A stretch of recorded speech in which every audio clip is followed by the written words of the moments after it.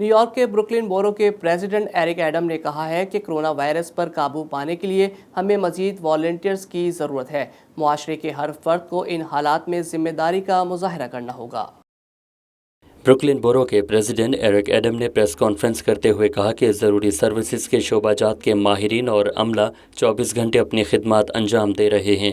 इस आलमी वबा में हम किसी को खोना नहीं चाहते, इसलिए ज़रूरी है कि हर फर्द जिम्मेदारी का मुजाहिरा करे, गैर ज़रूरी तौर पर घर से बाहर ना निकले।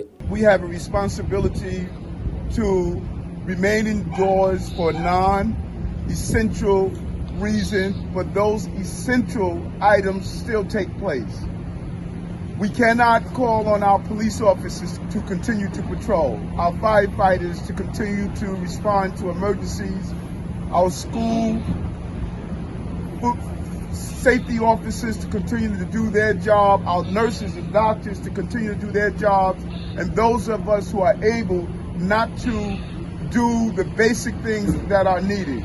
उन्होंने पाकिस्तानी अमेरिकन यूथ सोसाइटी का अपनी खिदमत पेश करने का शुक्रिया अदा करते हुए कहा कि काशिफ हुसैन और एहसन चुगताई की टीम जो काम कर रही है वो काबिल सताइश है।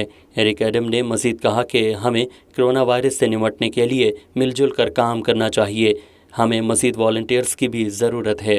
I want to thank Kashif Hussain from the Pakistani American Youth Society. What they are doing is amazing. They are going to provide food to all of our precincts in Brooklyn South. They're going to go to our fire departments here in this area. They're going to provide food to our hospitals in this area. We're going to stabilize coronavirus. Is that we stabilize our first responders. We cannot lose our police officers, our firefighters, our hospital personnel.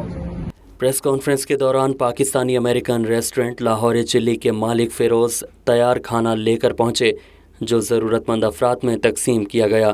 इस मौके पर Pakistani American youth organisation की team और रज़ाकार भी मौजूद थे, जबकि media workers समेत तमाम अफराद कोरोना वायरस की एहतियाती तदाबीर के तहत मास्क पहने और एक दूसरे से फासले से खड़े रहे।